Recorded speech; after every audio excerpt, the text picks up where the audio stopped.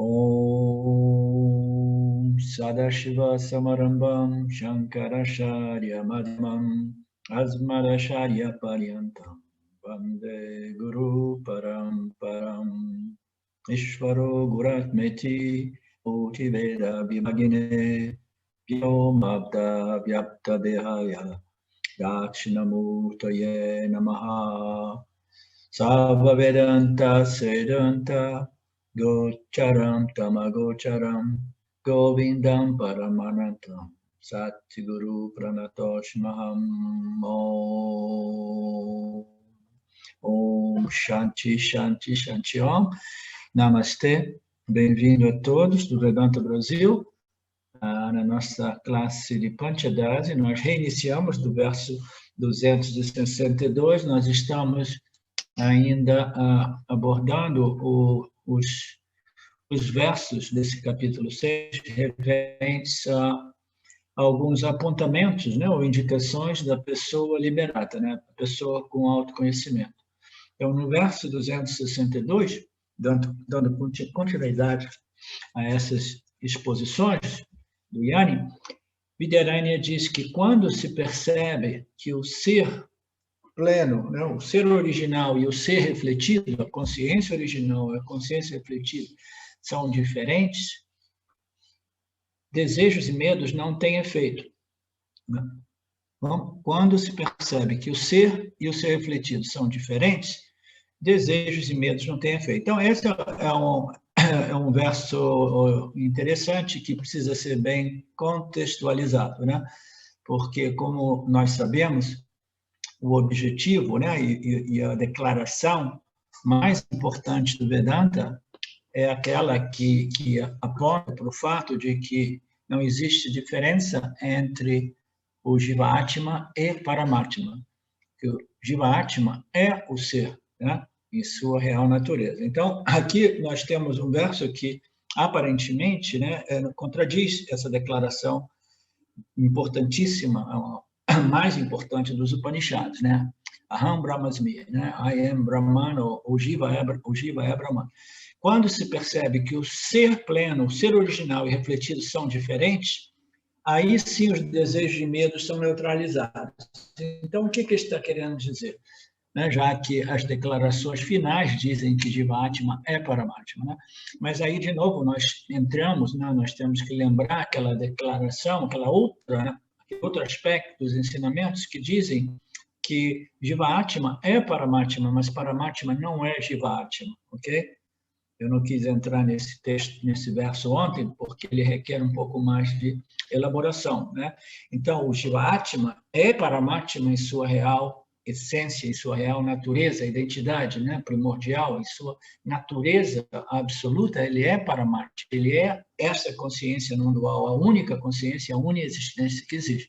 Ele é isso, você é aquilo, né, o Jiva é Brahman, etc, etc. Mas aqui Vidyaranya apresenta esse verso dizendo que, a menos que você perceba a diferença entre Brahman e o Jiva-Atma, entendeu? Os medos e desejos continuarão tendo efeito sobre você. Mas quando você percebe que Paramatma não é Jiva-Atma, entendeu? Porque o que ocorre? Ocorre que para o Ajnani, o samsário, o auto-ignorante, entendeu? Eles pensam que o ser é a mente, o ser é o intelecto, o ser é o Jiva é o ser pleno, entendeu? Ele pensa, eu sou o ser naturalmente. O Ajnani não se sente pleno, mas ele trabalha constantemente para restabelecer esse sentimento de plenitude. Então, essa ideia de que o ser é igual, o ser refletido é o ser pleno, ela precisa ser corrigida de tal modo a compreender a diferença entre Paramatma, a consciência, o ser original, e o ser refletido, e compreendendo de que modo o ser refletido é o ser pleno original e de que modo o ser pleno original não é o ser pleno refletido, porque o ser refletido, ele é aparentemente real, porém, em sua essência, ele é a única realidade. Dentro da aparência, nós podemos compreender a realidade absoluta. Dentro dessa ordem de realidade, no intelecto do Jiva Atma, que é uma mera aparência, na verdade, o Jiva Atma não é uma mera aparência, ele é a realidade. O Jiva, em sua constituição corpo-mente, é uma mera aparência. E quando Vidyaranya diz que quando você perceber que o ser refletido e o ser original são diferentes, significa o ego, essa constituição corpo-mente não é o ser pleno, mas ele desfruta do Atma, né? Ele desfruta da existência que é a mesma existência, consciência de Brahman. Portanto, o Atma do Jiva é o Atma de Brahman, né? O Jiva Atma é Paramatma. So, é nesse sentido que o Jiva Atma é o ser, né? É Brahman, mas não do outro modo, né? Porque se nós projetarmos ou sobrepormos a ideia de que eu sou o Jiva, e o Jiva o que é? A minha construção, o meu complexo corpo-mente, né? A combinação desses dois corpos, né? Os meus corpos, a minha mente consciente com seu sistema de memórias, emoções, decisões intelectuais, noções, e o corpo físico integrado, né? Associada a esse corpo sutil. Se eu me defino como essa máquina, como esse equipamento, então nós precisamos realmente compreender a diferença entre o Jiva e o ser, porque esse Jiva não é o ser, mas o Atma do Jiva é o ser. Vocês estão entendendo essa distinção? Alguém tem alguma confusão? Você não entendeu, Tânia? Ok, então eu vou elaborar um pouco mais, porque esse é um ponto importante e que pode ser, a sua dúvida pode ser de ajuda a tantas outras pessoas. Então, nós sabemos que as declarações finais dos Upanishads estabelecem a identidade entre Jiva Atma e Paramatma, certo? Nós sabemos que no final de todo esse processo de preparação espiritual, né, e refinamento e purificação, o final, né, aquilo onde tudo isso nos conduz é esta compreensão final de que eu, o Jiva Atma, eu sou essa consciência, existência infinitamente não limitada. Em outras palavras, eu sou livre, como Jiva Atma, porque eu realizei a minha identidade em Brahman, como Brahman. Eu realizei a minha identidade na consciência como consciência. Eu realizei a minha identidade na existência infinitamente não limitada como existência infinitamente não limitada. Então, este é o fim da linha, este é o objetivo, é onde nós queremos chegar, essa clara compreensão, tá? De que Jiva Atma é Paramatma. Mas neste verso, Vidyaranya está dizendo que nós precisamos compreender que o Paramatma, o ser e o ser refletido são diferentes. Por que ele está colocando isso? Ele está colocando isso porque existe uma distinção entre o Jiva e o Jiva Atma. O Jiva, na medida que ele se define, esse indivíduo, esse ser humano, okay? Na medida que ele se define como a construção corpo-mente, entendeu? Se ele se define através das suas configurações físicas, mentais, emocionais e intelectuais, se ele estiver definido como exatamente esta constituição de matéria e energia, esses dois corpos, três corpos são matéria e energia, se ele se identifica com a matéria e energia, ele tem que compreender que essa matéria e energia com a qual ele se identificou não é o ser, entendeu? Quando a gente diz que o Jiva Atma é Paramatma, é porque o Jiva Atma não é essa constituição das energias, das propriedades das energias, esse assim dito complexo ou construção corpo-mente. O Jiva Atma não é as suas fisicalidades, as suas noções intelectuais, não é as suas emoções, a sua história de vida, as suas memórias, os seus talentos, as suas qualidades. O Jiva Atma não é nada disso. Isso é, digamos assim, o Jiva em sua constituição material, corpo-mente, ok? Então, quando os Upanishads dizem que Jiva Atma é Paramatma, ele diz isso para os indivíduos que já desenvolveram uma capacidade, uma sutilidade intelectual de compreender, entendeu? De compreender que o Jiva Atma não é os três corpos. Por que a gente tem feito toda essa discriminação entre o ser e os três corpos, o ser e as cinco bainhas, etc.? Porque a gente está negando, rejeitando nossa identidade, entendeu? Nesses fenômenos chamados os três corpos, os cinco coxas, os três estados e etc. Ok? Nós estamos nos desidentificando, desassociando desses fenômenos que ocorrem dentro do âmbito daquilo que eu sou, o Atma do Jiva, a consciência. Ok?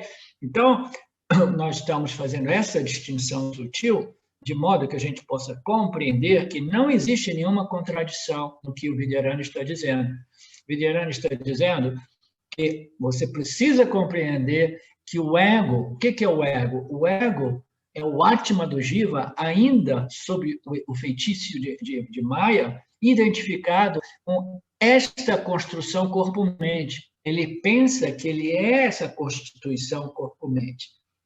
Essa constituição corpo-mente é matéria inerte. Você entende? É matéria inerte, mas o Jiva Atma não é matéria inerte. O Jiva Atma, o Atma do Jiva, é o mesmo Atma de Brahman. Entende? Aquilo que nós somos não é o corpo sutil, o corpo causal e o corpo físico.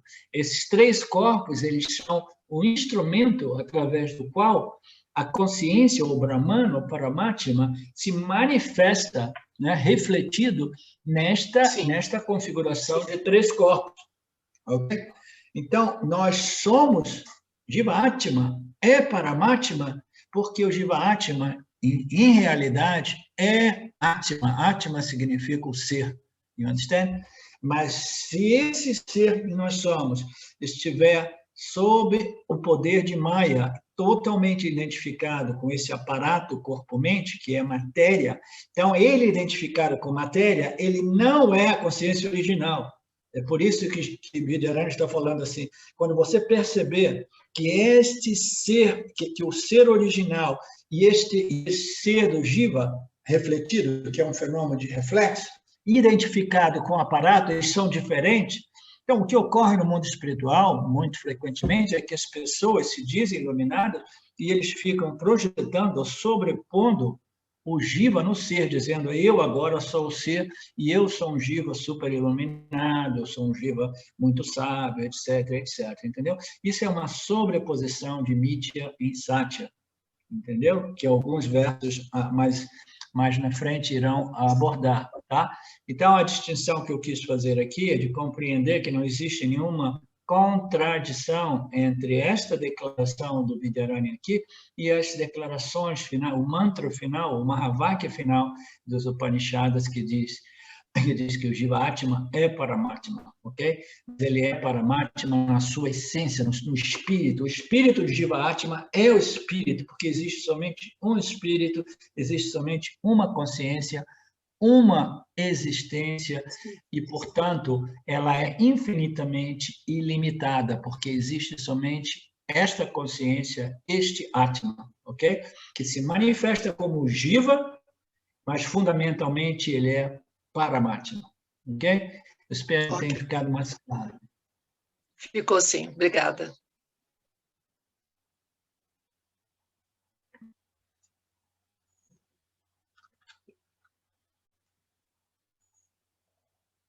A diferença aqui, ó, a diferença nesse comentário. O ser pleno, como exemplo, ele, em realidade, ele é sempre pleno, cheio, inteiro, completo, né? Purna, né? Essa é a natureza, aquilo que nós somos como ser, né? Como Atma, né? Mas o ego, que é o Atma identificado com a matéria, entendeu? O fazedor, aquele que quer o que quer, aquele que desfruta dos resultados, etc, etc. Então, aquele ego, ele se sente o quê? Opositamente, ele se sente pequeno, inadequado, insuficiente, incompleto. Vê a distinção entre o ser e a experiência desta construção corpo-mente sob o efeito de Maya, a Vidya, a ignorância universal. Então, isso aqui é um outro modo de compreender essa distinção entre essas possíveis confusões, né? O ser está sempre pleno e o ego se sente sempre vazio, incompleto, insuficiente. Confundir o ser refletido com o ego dá credibilidade. E se confundir o ser refletido com o ego. Então, isso foi muito bem colocado. O ser refletido é o Atma, mas se você confunde ele com o ego, entendeu? Que é o sentimento, eu sou o corpo e a mente, e eu sou o pensador, o autor e o executor e o experienciador dos resultados das minhas ações, decisões, etc. O ego é o Atma totalmente identificado como o ator, como o fazedor, como o pensador, entendeu?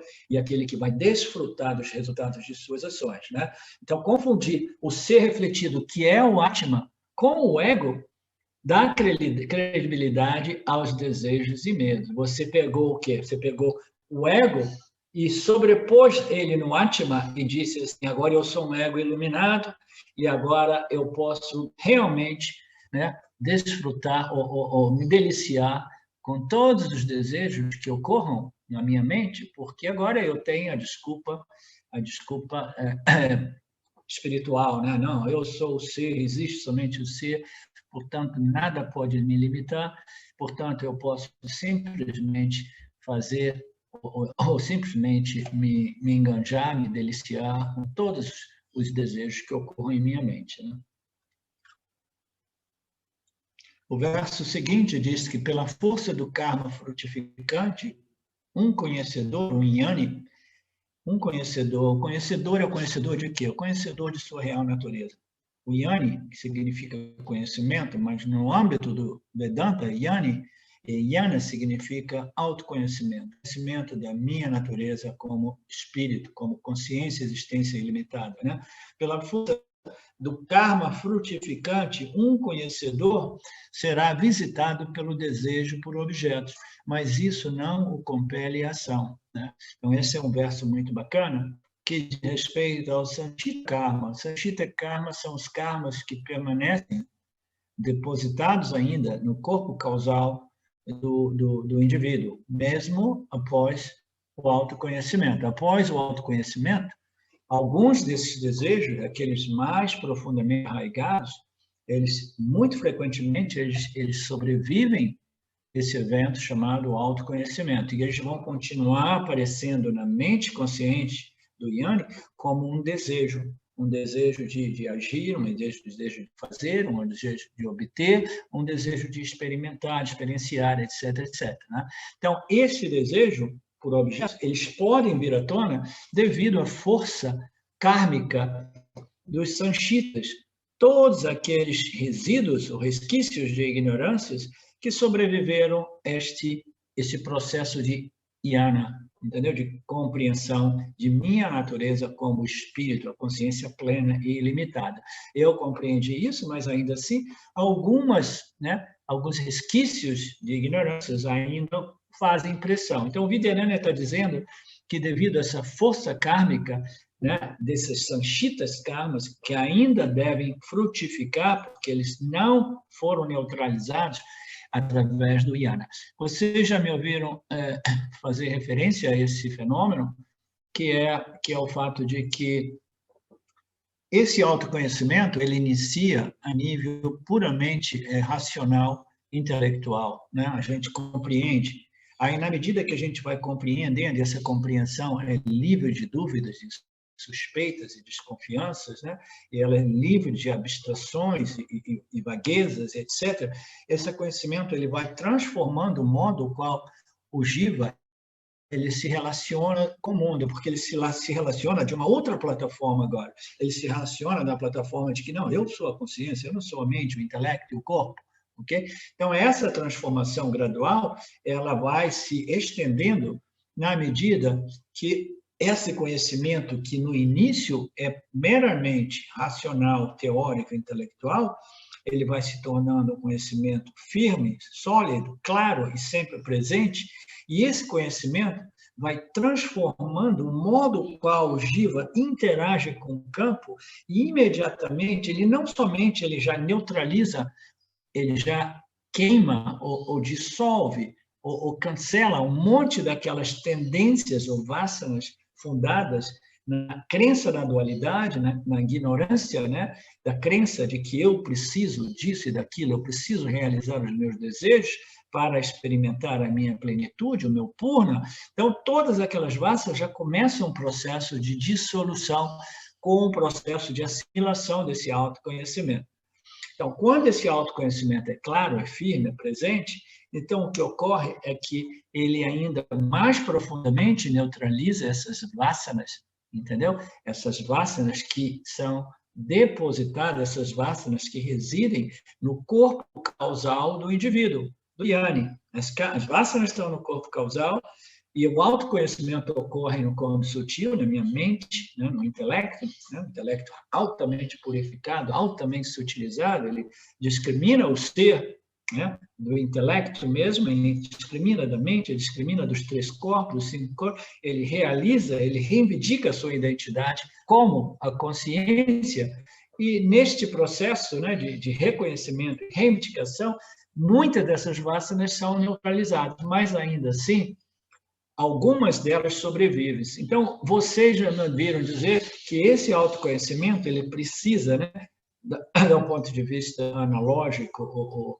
figurativo, ele precisa de desenvolver raízes no corpo causal e gradualmente cancelar as vasanas fundadas na crença de que a dualidade é a realidade e de que eu preciso do que eu quero para restabelecer a minha plenitude. Então, este processo é um processo que gradualmente as vasanas são não somente neutralizadas quando elas se tornam desejos na mente do indivíduo, mas elas gradualmente elas são neutralizadas na sua fonte, que é o corpo causal. É um processo no qual o autoconhecimento ele vai se espalhando e neutralizando as vasanas em suas origens, assim dizendo, no corpo causal, na mente subconsciente do Yoni, ok?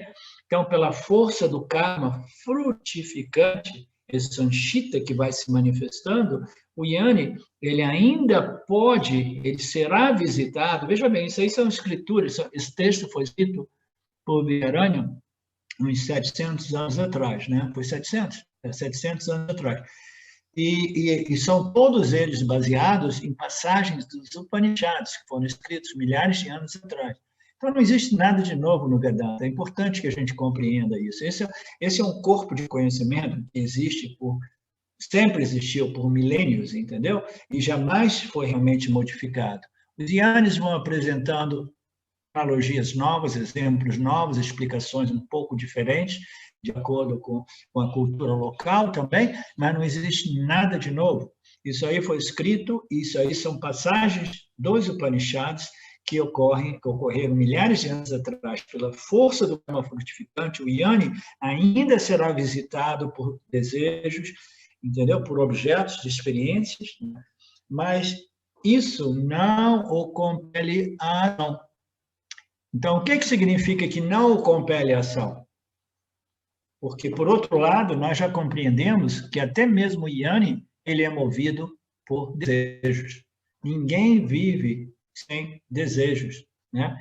Todos nós somos movidos por nossas vasanas, o desejo de viver, o desejo de se mover, de se interagir.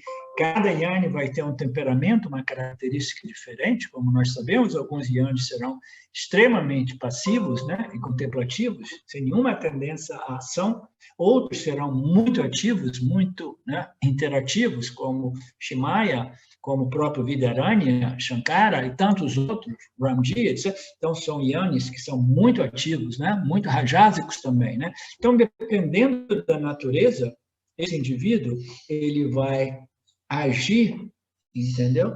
Por causa dessas tendências, dessas predisposições, dessa configuração gúnica, como às vezes eu tenho dito. Os gunas vão compelir o indivíduo a agir. Mas aqui Vidyaranya está dizendo que esses desejos, essas tendências por ação, para obter ou para realizar esses desejos, não compele o Yoni a ação.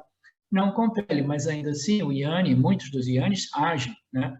Então, o que é o determinante aqui? Aqui o Yoni, ele irá sim agir, desde que esses desejos não sejam em violação ao Dharma, que desde que esses desejos não sejam em violação às leis cósmicas naturais que estruturam o campo dármico, né? Através do qual os seres humanos podem processar os seus karmas, suas vasanas e ter uma oportunidade de aprender e crescer espiritualmente, né?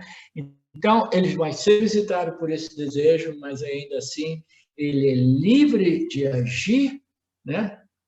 Com esse desejo, ele é livre de observar passivamente, ou ele é livre até mesmo de reprimir, se for necessário, se a força desse desejo for intensa. Ele é livre até mesmo de dizer, não, entendeu? Eu vou reprimir esse desejo porque ele não é em harmonia com o Dharma, por exemplo, né? Então, não compele ação significa esses desejos, eles encontram uma resistência, o autoconhecimento favorece essa força mental, emocional, Aliane, de tal modo que ele é capaz, ele tem poder de realmente obstaculizar um desejo, mesmo que o desejo seja potente, forte, intenso, ele obstaculiza dizendo assim, não, esse desejo é uma ignorância antiga, ele se manifesta, mas não é em harmonia. Já outros desejos, ele diz assim, opa, olha que desejo bom. Ele vai servir o benefício de tudo, de todos, entendeu? É um desejo totalmente alinhado, conformado com as leis, é um desejo pelo bem do campo, bem dos outros seres vivos, do meio ambiente, então ele vai agir. Então, fundamentalmente, o Yanni, ele simplesmente ele filtra os seus desejos e ele age em harmonia com aqueles desejos que são realmente dármicos, satívicos, em harmonia de benefício do todo. Né? É importante compreender que até mesmo os Yanis são movidos por desejos, mas os desejos, como Lord Krishna diz numa passagem do Gita, né? Eu sou o desejo em não violação do Dharma.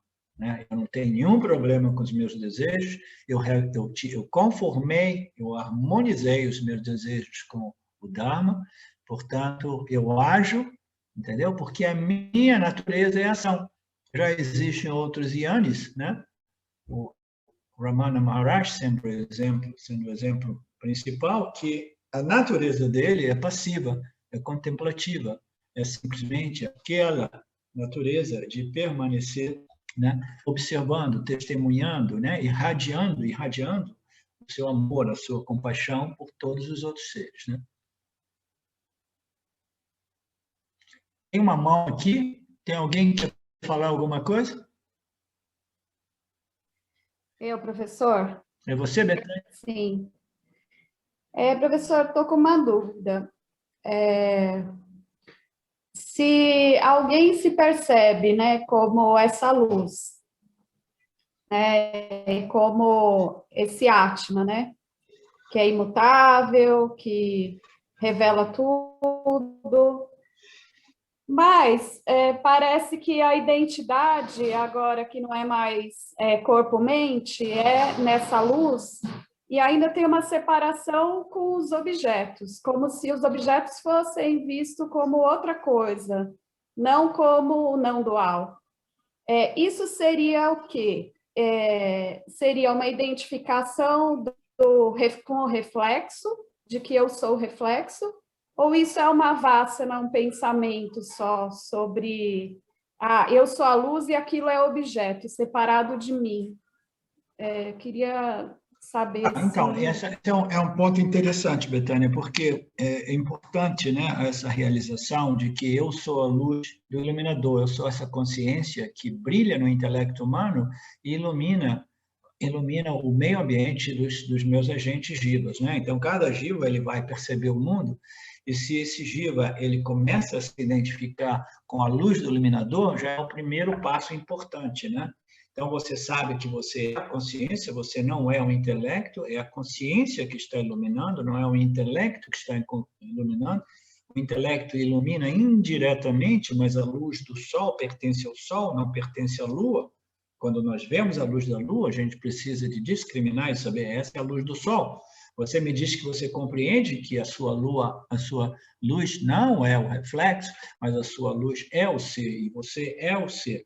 Mas ainda assim, você como ser percebe a dualidade, e a dualidade ela não desaparece, Betânia, ela permanece lá, porque essa projeção de nomes, cores e formas, ela pertence a Ishvara, né? Ishvara, Maya Ishvara, que produzem, né, essas energias e os elementos e todas essas constituições que formam esse universo. Ela vai permanecer. Então, o que você precisa fazer, né, através desse processo de discriminação, é muito gostoso a gente desfrutar experiencialmente do fato de que nós somos a consciência, nós somos a luz, mas ainda assim essa luz ela pode cair, né, na ignorância na medida que ela percebe os objetos como reais e realmente existentes fora de mim mesmo, servindo o propósito de me completar. Então, é aí que essa discriminação, né, dessa análise dos objetos e essa compreensão de que os objetos ocorrem dentro da consciência, do mesmo modo que todas as projeções ocorrem na tela do cinema, elas não passam da tela do cinema, elas existem dentro do âmbito da tela, que é a única realidade. Todos esses nomes, essas configurações, elas aparecem dentro da consciência como consciência e não separadas da consciência.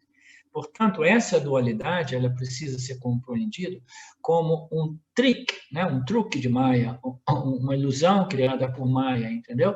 Que projeta a dualidade naquilo que é somente a consciência. Então, é essa compreensão que você precisa trabalhar mais, e essa compreensão de que esses objetos ocorrem dentro de você, não separados de você. Fundamentalmente, tudo é você, embora você não seja nada disso, como Krishna diz no Gita, entendeu? Tudo isso ocorre dentro de mim, nada existe fora de mim, mas ainda assim eu não existo em nada disso lá fora, porque tudo isso é simplesmente uma mera miragem, uma mera projeção. Então, você precisa, talvez, trabalhar mais nesses aspectos dos ensinamentos que apontam para o fato, né, da irrealidade de todos os objetos, ou, em outras palavras, apontam para o fato de que todos esses objetos são meras sobreposições ou projeções naquilo que é a luz do iluminador. Tá? Ok?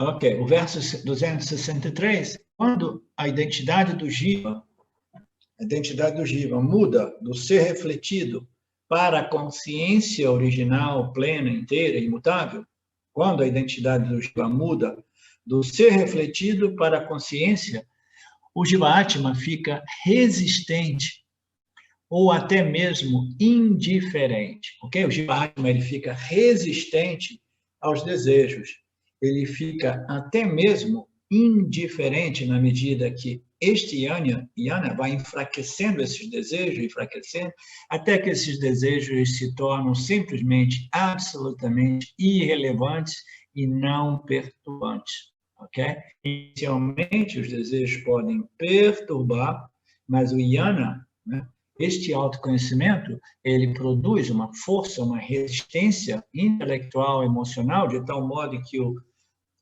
Yanni, ele cria uma barreira e diz, não, daqui você não passa. Ele pode aparecer, mas ele jamais será realmente enganjado, jamais se tornará palavras, ações e resultados de ações, ok? Por quê? Porque eles são desejos que não são em harmonia com o Dharma. Eles violam as leis do Lord Ishvara, né?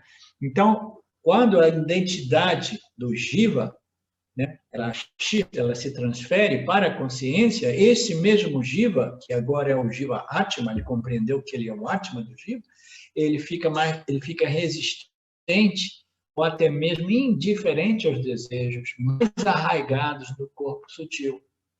Tá? Até mesmo aquelas tendências, aquelas atitudes e aqueles vícios, né? Aquelas um desejo muito intenso se torna um vício, né? Se torna um hábito, né? Então, Jiva Atma fica mais resistente até mesmo às condições adversas, como Mithya, as vasanas, que são os blocos de construção do universo, são essas vasanas, né? Do ponto de vista do Jiva, o operário, aquele que produz vasanas de modo que Ishvara possa sustentar esse universo, né? Até mesmo essas vasanas são vistas como Mithya, né? Simplesmente energias, fenômenos aparentes que ocorrem dentro de Satya.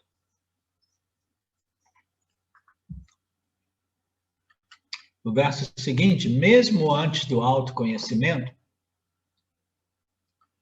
verso 265, mesmo antes do autoconhecimento, o ser imutável é sempre não afetado pelo desejo. A realização de que você é sempre livre do desejo torna satisfatória até mesmo uma vida totalmente infeliz e insatisfatória, né? Então, mesmo antes do conhecimento, e mesmo antes do autoconhecimento, é interessante observar essa passagem, nesse verso, né? Porque, então, para que serve o autoconhecimento? Se mesmo antes do autoconhecimento, aquilo que eu sou jamais é afetado pelo desejo. Mesmo antes do autoconhecimento, aquilo que eu sou jamais é afetado pelo desejo e pelas experiências, né, derivadas dos desejos por objetos. Então, se mesmo antes do autoconhecimento eu permaneço inafetado, livre e independente do desejo, das ações e das experiências, por que eu vou buscar o autoconhecimento? Permaneço dos desejos e das experiências decorrentes dos mesmos. A realização de que você é sempre livre do desejo irá tornar satisfatória uma vida livre, né? Antes do autoconhecimento, o Jiva é livre. Após o autoconhecimento, o indivíduo Jiva é livre. Então, qual é a diferença? É que antes a liberdade, que é a natureza do Jiva, não era realmente apreciada e experimentada pelo Jiva. Então, qual é a diferença? Antes do autoconhecimento, o Jiva é totalmente livre, é totalmente, né, das experiências, né? Ele não é afetado pelos desejos e pelas experiências decorrentes do desejo, né? Aí ele diz que a realização desse fato, né? Existe o fato que o Jiva é livre, mas ele, sob o efeito de avidya, ele sofre. Ele vive uma vida insatisfatória. Sua mente está sob o efeito de avidya, essa ignorância universal que diz que o Jiva é a matéria, que o Jiva é a constituição corpo-mente, e não o espírito do Jiva, não a consciência do Jiva, né? O ser pleno. Então, ele, sob esse efeito, ele, apesar do fato de que ele é o ser imutável, livre e independente, ele sofre porque eu sou corpo-mente infinitamente insuficiente, inadequado, limitado, etc. E eu preciso disso, disso, disso. E a lista de desejos vai sempre crescendo, crescendo, crescendo. Ela jamais diminui, ela se expande, porque o desejo nada mais é do que uma declaração de inadequação, insuficiência, né? E de carência, né? Eu preciso de coisas que possam me completar, né? Então, é sempre o Jiva é sempre o Atma, mas devido a esse vritti que é profundamente condicionante no intelecto humano, ele sofre a sua experiência de Purna, a sua experiência de Ananda, ele sofre ela porque eles são insuficiência e inadequação, ok? Então, nós precisamos, como buscadores de moksha, buscadores dessa libertação, a gente precisa de converter, né, esse conhecimento, né, a respeito da nossa natureza, né, inata, a nossa natureza intrínseca, nós precisamos de converter essa confiança, essa compreensão num fato, de tal modo que esse vrit, eu sou a matéria, o corpo, a mente, eu sou limitado, eu preciso disso e daquilo, eu tenho que evitar isso, evitar... Todos esses vrits, eles precisam ser neutralizados de modo que o jiva possa desfrutar do seu Atma como ser pleno. Entendeu? Nada muda, mas tudo muda, e tudo ocorre no intelecto humano na medida que ele, clara e devidamente, ele assimila esta compreensão e passa a viver daquela plataforma de experiência. Tá? Então, mesmo antes do conhecimento, o jiva já é livre, já é imutável, já é pleno, e ele não é realmente afetado pelo desejo, mas ele é. Ele é ou não é? Ele não é, mas é. Ele não é como consciência, mas porque ele se identificou com o corpo e com a mente, ele se sente afetado. Tá? Ele se identificou com o corpo e com a mente, e ele se identificou através de uma noção de que eu sou insuficiente, eu sou pequeno, eu sou... A sua definição de si mesmo como constituição corpo-mente é negativa, portanto, ele sofre cada vriti, cada noção, cada pensamento, tem uma sensação, um sentimento, né, que é embutido, né, que é integrado, que pervade os pensamentos. Se a gente pensa, eu sou pequeno, limitado, insuficiente, eu preciso disso e daquilo, eu preciso controlar minhas experiências, querer ter o que eu quero, a pessoa sofre inevitavelmente. Embora a natureza daquela mesma pessoa seja purna, inteira, plena, completa,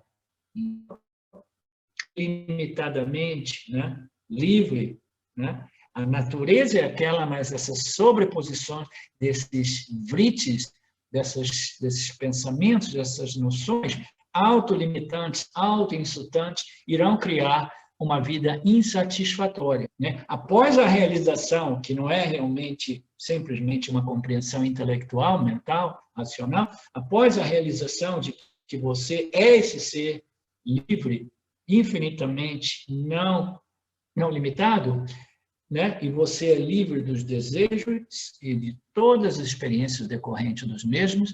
Então, esta realização irá tornar uma vida insatisfatória numa vida satisfatória, uma vida de contentamento, de satisfação, de alegria, de paz, entendeu? E de sabedoria, tá?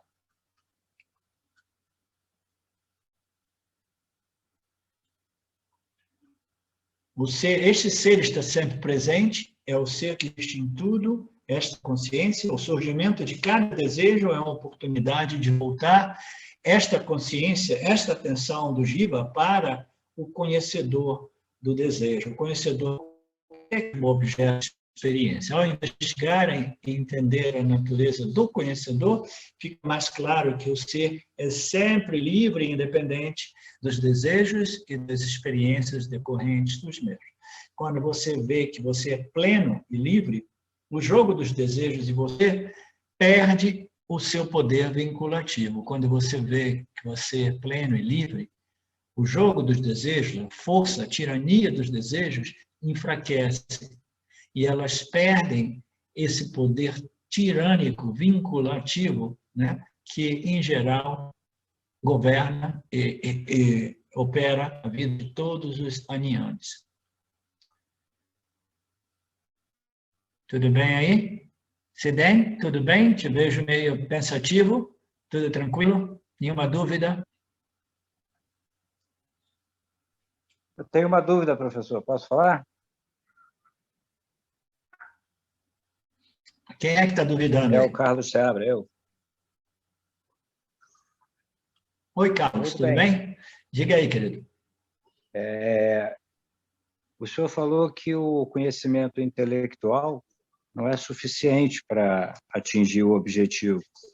Isso é uma coisa que sempre fica voltando para mim, sempre fica voltando essa dúvida em relação ao quanto eu fico dentro do conhecimento intelectual, tentando aprofundar ele, mas ao mesmo tempo sabendo que eu estou usando o próprio conhecimento intelectual para fazer isso, e o quanto eu tenho que partir para algum outro tipo de atividade para conseguir complementar, vamos dizer assim, chegar a um resultado real. Porque eu vejo que eu tenho essa tendência a ficar, cada vez que eu leio uma coisa, vamos ler mais uma coisa, vamos estudar mais uma coisa, e isso me deixa um pouco em dúvida se esse é o caminho. O senhor mesmo acabou de dizer que não, o conhecimento intelectual somente não é suficiente, correto? Sim, sim.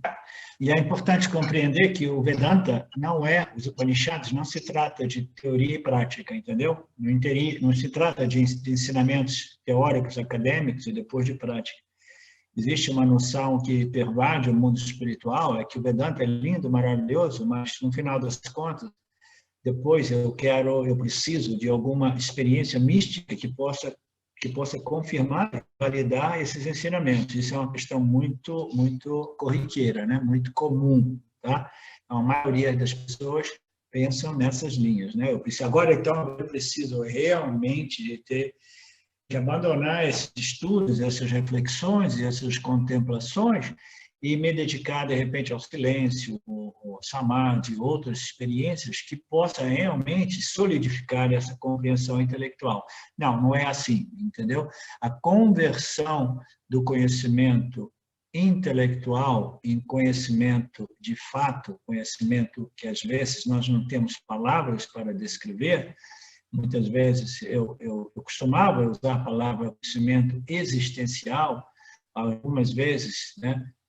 O conhecimento experiencial, eu vi até o Swami Paramarthananda utilizar o conhecimento experiencial como modo de distingui-lo do conhecimento puramente intelectual.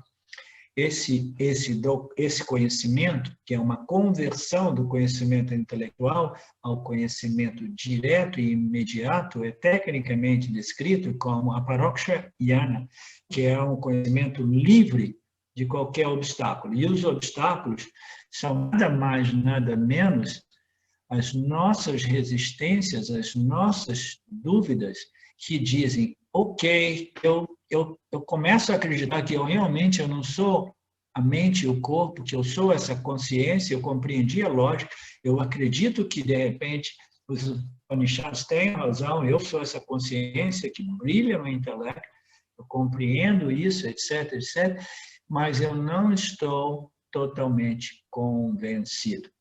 Então, a Paroksha Jnana é conhecimento livre de obstáculos. E os obstáculos são as nossas dúvidas, as nossas suspeitas, as nossas desconfianças, as nossas resistências a respeito dessas declarações dos Upanishads. Então, esses são os obstáculos que previnem a nossa apreciação e experiência e desfrutação, digamos assim, da nossa natureza como livre e independente de tudo. A Paroksha Jnana é um conhecimento direto, imediato, porque não se trata de um conhecimento a respeito de um Brahman que existe fora de você, mas é o conhecimento Aham Brahmasmi, eu sou consciência pura e a minha natureza é pura. O conhecimento é direto, ele não depende de nenhum objeto de conhecimento, é o conhecimento a respeito da minha natureza, ele só é realmente direto e imediato quando ele é livre de dúvidas, livre de suspeitas, livre de resistências. Tudo bem, mas eu ainda preciso de alguma coisa para me convencer, porque eu não estou devidamente convencido. Se o indivíduo não está devidamente convencido, então, o que ele pode fazer é dar prosseguimento a este Shravana Manana Nididhyasana. Se ele vê que ele ainda não está convencido, aí ele pode dar um passo para trás e fazer um outro tipo de Nididhyasana, que é um conceito de Nididhyasana que foi apresentado pelo Swami Dayananda, quando ele era ainda vivo. Você dá um passo para trás e aí o seu Nididhyasana, o seu trabalho vedântico é aquele de requalificação. Requalificação significa volta para o Karma Yoga, volta para o Pasana Yoga, medita, seja um bom Karma Yoga, não abandone totalmente o Yana Yoga do Vedanta, mas saiba que agora você precisa de melhorar as suas qualificações através do Patra Yoga, através do Karma, Dharma Yoga, de modo que a sua contemplação possa realmente produzir este conhecimento livre de dúvidas, né? Em inglês a gente diz, it's a doubt-free self-knowledge, it's a doubtless self-knowledge, é um conhecimento que você não tem mais nenhuma dúvida a respeito disso, ok? A gente tem nenhuma dúvida de que nós não somos um gato ou um cachorro, nós temos uma convicção total na nossa humanidade, né? Do mesmo modo, eu sou a consciência, né, infinitamente não limitada, ela precisa ser uma compreensão livre de qualquer abstração, vagueza ou dúvida, you understand? E isso só ocorre quando nós temos um intelecto que seja devidamente refinado e purificado, de modo a eficazmente fazer essa discriminação e retê-la livre de dúvida, o que eu muito frequentemente coloco como uma certeza, uma convicção, a total convicção de autoconhecimento, uma convicção a respeito da minha natureza como consciência pura, infinitamente não limitada. Eu costumo dizer muito repetidamente que o autoconhecimento é feito de conhecimento puro. Isso não significa que uma experiência não possa ser um recipiente no qual eu possa extrair esse autoconhecimento, como nós vimos, ocorreu com o Bhagwan Ramana Maharaj. Ele teve uma epifania, ele extraiu o autoconhecimento de uma experiência de quase morte, né? Então, uma experiência, ela pode servir como recipiente, entendeu? No qual eu extraio. E não somente isso, mas o autoconhecimento é feito dessa extração de compreensão, desse conhecimento. Não somente isso, o autoconhecimento, que somente é possível através do Jnana, e Ramana Maharaj disse isso muito claramente, somente através do Jnana o ser realizado, somente através do conhecimento, compreensão, o ser pode ser realizado. Por quê? Porque o Jiva Atma já é o ser. Então, não é uma questão de se tornar, é uma questão de compreender a sua real natureza. Mas essa compreensão requer uma preparação mental, emocional e intelectual. Por isso, nós dizemos que o Karma, o Dharma e o Upasana precisam ser observados, precisam ser praticados, de modo que a gente gradualmente desenvolva todas essas qualificações. Então, eu volto a dizer, o autoconhecimento é feito de conhecimento puro, ok? Não existe nada de errado numa experiência mística, desde que a minha interpretação da experiência seja realmente libertadora. Porque qualquer experiência é somente tão boa quanto a nossa interpretação das mesmas. Okay? E isso também não significa, o fato que o autoconhecimento é feito de jnana e pura jnana, não significa dizer que o jnani não experimente um elemento experiencial a respeito do autoconhecimento. Esse experimento, essa experiência, esse elemento experiencial, que é mais ou menos dentro das linhas do que a Betânia estava dizendo, entendeu?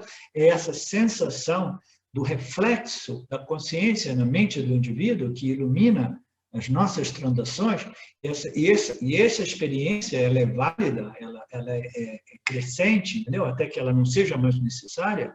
Você sabe, eu sou a luz da consciência, eu não sou o intelecto, eu ilumino o intelecto. Então, existe um elemento experiencial que é derivado do jnana, mas não é uma epifania, porque a epifania vai e vem, entendeu? Uma epifania tem um início, um meio e um fim. Okay? E a gente não precisa de uma epifania para validar a nossa real natureza, segundo apontada pelas declarações dos Upanishads. A gente precisa de compreender, assimilar e reter. E, para isso, nós precisamos de determinadas qualificações mentais, emocionais e intelectuais que nos permitam uma eficaz, né, assimilação e retenção desses conhecimentos dos Upanishads. Responde a sua questão, Carlos? Respondeu. Muito obrigado pelo esclarecimento, professor. Ajudou muito, viu? Muito obrigado. Ok. Verso 266 nos diz que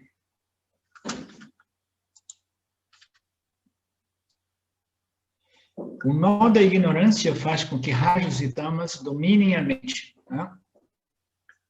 Então, o nó da ignorância, né? Nós veremos esse conceito do nó, né? Sendo repetido em alguns desses próximos versos. Né? No verso anterior falava um nó no coração. O nó é simplesmente uma linguagem figurativa, porque um nó é alguma coisa que amarra, e muitas vezes a gente se refere, estou com um nó no peito, estou com um nó na garganta, alguma coisa desconfortável, né? Alguma coisa que amarra, nos prende e que causa dor e desconforto. Então, esse nó da ignorância faz com que rajas e tamas dominem a mente. Esse nó da ignorância nada mais é do que a crença, né?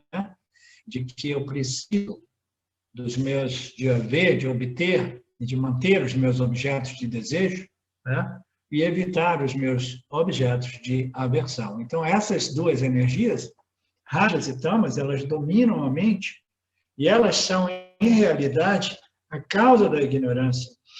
Ali está dizendo que o nó da ignorância, ela faz com que a mente fique dominada por rajas e tamas, mas a gente pode ver isso do lado avesso também, que o domínio, né, uma dominância de rajas e tamas, ela produz o nó da ignorância. Elas são retroalimentadas, né? Rajas e tamas é um sinal de ignorância, muita ignorância, né, condicionando a mente, né? E esse excesso de rajas e tamas, ela vai produzir mais gostos e desgostos, quereres e não quereres, desejos e aversões. E o indivíduo permanece amarrado, como se fosse preso por um nó, entendeu? O conceito das cordas. Rajas e tamas são os gunas. Gunas significam as cordas que nos amarram nesse samsara, nesse ciclo retroalimentado, entendeu? De desejos, né? Desejos, aversões, que vão reforçar essa ignorância, e essa ignorância vai produzir mais e mais rajas e tamas, que são realmente o substrato dos desejos e aversões, né? Rajas representando mais o desejo e tamas mais aquele aspecto depressivo, apático, né? Frustrante toda vez que nossos desejos são obstaculizados pelo campo, né? Então, tamas rajas torna a mente medrosa e lasciva, monótona e ativa, respectivamente. Quando o corpo sutil, quando o Jiva Atma, o reflexo da consciência no corpo sutil, ele está sob a influência de excesso de rajas e tamas, esse Jiva, experienciador, ele esquece que é livre e, mecanicamente, ele vai correr atrás de objetos, né? Correr para obter, correr para evitar. Ok. Ninguém tem mais dúvida a respeito disso, né? O modo qual a ignorância, que fundamentalmente nada mais é do que as gunas, né? As cordas, rajas e tamas, nos amarrando a essa ignorância, né? De que eu sou pequeno, incompleto, insuficiente, eu preciso de correr para ver e de repente correr para evitar ou me paralisar para evitar, não fazer nada para evitar o mundo também, né? Apatia, depressão, né? Indolência, procrastinação, etc. Então, esse modo da ignorância, ela preenche a mente de rajas e tamas e produz esse mecanismo retroalimentado. Do ponto de vista do corpo, do verso 267, do ponto de vista do corpo, do ponto de vista dos sentidos, da mente e do intelecto, não há diferença entre os ignorantes e os iluminados quando se envolvem em ação ou até mesmo quando eles se abstêm das ações, né? Então, esse verso é um verso que eu tive que consultar um pouco as aulas do Swami Vidyaranya para compreender melhor o contexto, né? Então, o contexto aqui é um contexto do ponto de vista do corpo, o corpo do Yani ou o corpo do Anyani. Quando a gente observa uma pessoa auto-ignorante ou autoconhecida, você vê o corpo delas, vê os sentidos, os instrumentos de sentido, o modo que eles se movem, né, para os objetos, aqui e ali, do ponto de vista da mente, do ponto de vista do intelecto, né, aparentemente não há diferença entre os ignorantes e iluminados. Isso é em referência ao observador, aquele que observa de fato, ele jamais pode realmente compreender e saber o que o que existe, né, internamente na experiência intrínseca daquele indivíduo que sabe o que ele é, né, que é o Jnani, né? Ninguém pode realmente dizer claramente se uma pessoa é auto-ignorante ou autorrealizada, porque não há diferença, né, quando eles se envolvem em ação ou quando se eles abstêm da ação, né?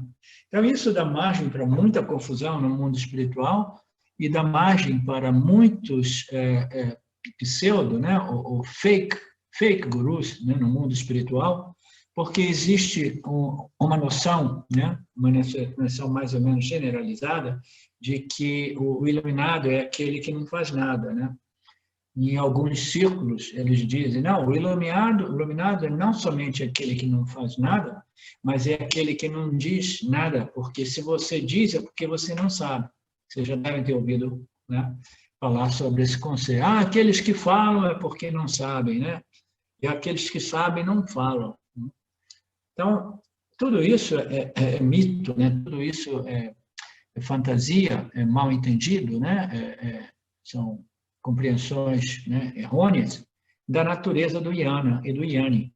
A natureza do Jnani e do Jnana é Satya, mas a sua natureza gívica, digamos assim, a sua natureza como agente experienciador, agente, né, interagindo com o campo, etc., né, o instrumento, o veículo, o médium, né, de experiência e conhecimento, como constituição viva, como Atma, né, ele simplesmente é movido por ação, desejos, né? Os desejos são harmonizados e conformados com o Dharma, mas eles vão agir também. Eles, dependendo da sua constituição, eles vão agir ou não agir. De novo, o exemplo do Swami, né? Swami não, Bhagwan Ramana Maharaj, ele simplesmente era uma pessoa inclinada à não ação. E ele permaneceu lá como um bom yogi, né? Evitando de falar. Mas isso não significa dizer que os Jnanis de verdade, os Mahatmas, os grandes iluminados, eles não dizem nada, eles somente sorriem.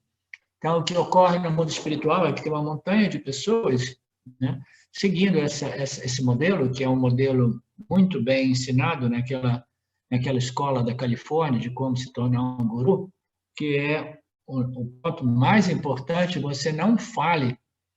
Porque se você falar, se você disser alguma coisa, de repente você diz bobagem, você diz alguma coisa inapropriada, inadequada. Então, melhor é não correr risco. Nenhum risco deve ser tomado, entendeu? Você permanece em silêncio, você desenvolve aquele sorriso amarelo falso, né? E você fica naquela posição ali, olhando para as pessoas, tem que arregalar os olhos bem, né? Olhar para elas com aquele sorriso. Não diz nada para não correr nenhum risco e você vai ser adorado, idolatrado, né, por seus devotos como um grande santo, né? Então, tudo isso, na verdade, o Swami Vidyaranya vai ficar tirando um sarro de todos esses conceitos que existem no mundo espiritual, né? Portanto, do ponto de vista do corpo, dos sentidos, da mente, do intelecto, não existe diferença entre o Jnani e auto-reconhecido e os auto-ignorantes. Quando eles se envolvem em ação, seja quando eles estão envolvidos em ação, quando eles estão simplesmente, né, evitando-as, ou simplesmente em abstinência das ações, né? Então, esses Jnanis, né, outra coisa que desenvolveu-se a ideia de que o Jnani intelectualmente objetivo não é um Jnani, né? As pessoas do mundo da yoga, eles pensam que os vedantinos não são Jnanis de verdade. Por quê? Porque eles acreditam que o intelecto, a mente, seja o grande problema. O grande vilão da história é a mente. E vocês já pensaram por que este conceito foi tão, né, como se diz? Permeia tão intensamente, né, o mundo espiritual, de que a mente, o intelecto, que esse conceito que pervade o mundo espiritual, entendeu? Ele é tão difuso. Por que ele é difuso?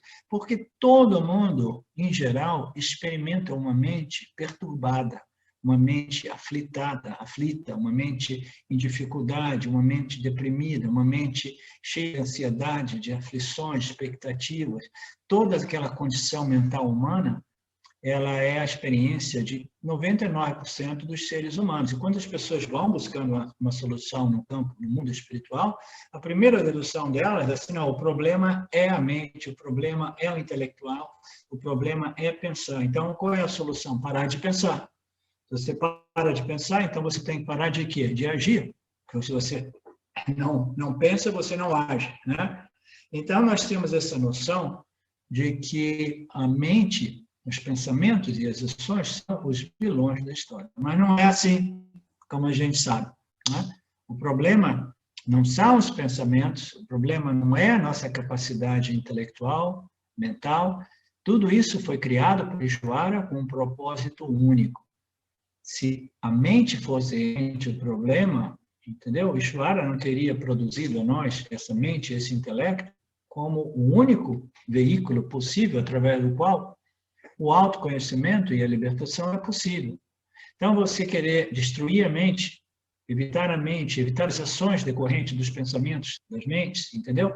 Matar os desejos todos juntos, sem compreender que existem desejos que são importantíssimos para propagar esses ensinamentos, como também para manter e proteger o Dharma, entendeu? Em nossas sociedades. Existe uma infinidade de ações e pensamentos que são absolutamente necessários para contrabalançar, entendeu? Os pensamentos e ações adármicas que constantemente estão presentes no campo dármico, né?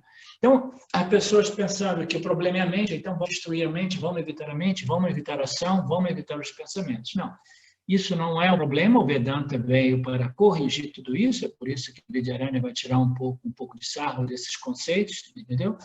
Ele a gente vendo de fora, a gente não vê nenhuma diferença entre aquelas pessoas que se abstêm das ações e daquelas que estão fazendo. A gente jamais pode dizer quem é um Jnani e quem não é um Jnani, quem é autorrealizado e quem não é autorrealizado. Existe uma expressão no nosso círculo vedântico que diz it takes a Jnani to know if someone is a Jnani or not Jnani. It takes a Jnani. O indivíduo, a menos que você saiba quem você é, você jamais tem nenhuma possibilidade de compreender realmente quem é um Jnani ou quem não é um Jnani. Mesmo sabendo quem você é, mesmo como Jnani, ainda assim a sua capacidade de saber quem é um Jnani e quem não é um Jnani é muito limitada. No final das contas, cada um de nós, somente nós somos capazes de saber, não, a minha compreensão a respeito da minha natureza é clara, é firme, é sólida, é sempre disponível e, portanto, eu deixei para trás essa ignorância. Então, eu sou um Jnani, somente eu, porque as minhas ações ou as minhas inações não irão revelar para o mundo se eu sou um Jnani ou não, entendeu? Não importa quanto teatro, não importa quantas escolas de como se tornar um guru, entendeu? Etc, etc. Ninguém jamais pode falsificar o autoconhecimento e moksha, a libertação, porque é um fenômeno interno que ocorre no intelecto do indivíduo que obteve essa compreensão e assimilou e reteve essa compreensão. Quando o corpo sutil, o instrumento da experiência, não, do ponto de vista do corpo, dos sentidos, a mente e o intelecto não há diferença, dos ignorantes. Do ponto de vista do ser também não. Esse verso serve para propor de afirmar que a afirmação não. Isso. O verso 268. Assim como tanto uma pessoa religiosa celibatária, quanto uma pessoa mundana ingerem comida, os sábios e ignorantes agem. Então, por exemplo, nós temos duas classes, digamos assim, né, no mundo, as pessoas religiosas e as pessoas materialísticas, né? As pessoas religiosas estão mais focadas no desenvolvimento do espírito, né, do desenvolvimento espiritual, né? Conhecimento espiritual e a libertação espiritual, a observação do Dharma, né, de desenvolvimento de um espírito realmente religioso, espiritual. Então, essa é a vida de uma pessoa religiosa, né? Então, tanto uma pessoa religiosa como uma pessoa puramente materialística, ou materialista, que pensa somente no acúmulo de riquezas, poder, prestígio, né? Riquezas e seguranças, né? E os prazeres da vida, uma pessoa puramente materialística, né? Que vive para satisfações sensoriais e pelo acúmulo de poder e riquezas. Então, ambas essas pessoas, uma pessoa espiritual e a pessoa materialística, ambas precisam de comer, ambas ingerem o alimento. Quando chega no horário do almoço, ou chega no horário da janta, tanto a pessoa dármica quanto a adármica, a pessoa religiosa quanto a pessoa não religiosa, ambas têm que comer. Por quê? O alimento é necessário para que a gente permaneça, né, ainda experienciando o nosso ser, a nossa consciência, né, refletida nesse jiva, né? Então, ambos os tipos, né, as características, as classificações de pessoas ingerem comida. Do mesmo modo, os sábios e os ignorantes agem. Então, aqui, Vidyaranya, como se diz? Equated. Como é que se diz equated, Flávio ou Alex? Equalizou? Identificou? Esqueço uma palavra para definir melhor isso. Eu acho que identificar é melhor. Equivaleu, né? Ele comparou, mas ele colocou como idênticas circunstâncias, né? Esqueci uma palavra em português que é um pouco mais Ele parou, né, professor? Eu acho que ele parou. A tradução do equated, ele colocou como equivalente, né? Ingere a comida. Do mesmo modo, os sábios e os ignorantes agem. Então, por que os sábios agem e os ignorantes agem? Porque o ser humano ele foi desenhado para responder aos estímulos dos seus meio ambientes. O ser humano é o agente que experimenta, experiencia, interage e conhece o mundo dos objetos, até que ele se volte para o conhecimento, o autoconhecimento, o conhecimento do observador, da natureza do observador, a natureza do conhecedor do mundo fenomenal, né? Então, esse indivíduo ele foi desenhado para a ação, e a ação pode ser meramente uma ação física, mental, né, emocional ou intelectual ou verbal. Existem diversos modos de nós interagirmos, né? Então, a gente age, nós fomos desenhados para agir, né? Agora, o ignorante, ele age daquele ângulo, daquela perspectiva, daquela plataforma de insatisfação, né? Ele não é satisfeito com si, ele se sente inadequado, insuficiente, incompleto, né? Pequeno, limitado, etc. E as ações deles são todas elas, né, fundadas nessa ignorância universal, e elas jamais produzem o resultado desejado, porque não existe nenhuma ação que possa produzir aquilo que a gente já é, aquilo que é a nossa plenitude, somente a compreensão. Então, nenhuma ação jamais produz isso. Mas ambos agem. Então, qual é a diferença? Se ambos comem, se ambos agem, porque a natureza do indivíduo é se alimentar e a natureza do Yoni é agir, a natureza do ser humano é agir, qual é a diferença entre a ação dos sábios e a ação dos ignorantes? É que os ignorantes agem com a noção de que uma ação limitada, uma ação baseada na falta, na carência, na necessidade, no medo, no desejo, na aversão, ele age, né, sob aquela ilusão de que uma ação extremamente equivocada e limitada possa produzir um resultado pleno, ilimitado, né, que é a satisfação, né, permanente, completa, né, porque agora é realmente obtido. Então, é essa ignorância, a natureza da ação do ignorante é rajas e tamas, é a crença de que eu sou realmente pequeno, inadequado, insuficiente, etc., e que eu preciso de haver o que eu quero para me completar. Já os sábios, eles agem de acordo com as suas naturezas, mas a natureza do sábio como ser humano, ela foi conformada, ou numa linguagem conformada, né? Conformação é uma linguagem também de computador, né, de programa. Ela foi conformada, entendeu? Às leis cósmicas do Dharma, do Lord Ishvara. Então, ele conformou as suas ações dependendo da configuração e proporções das duas energias, das três energias, digamos assim, ele vai ser mais propenso à ação ou menos propenso à ação. Mas, ainda assim, ele age.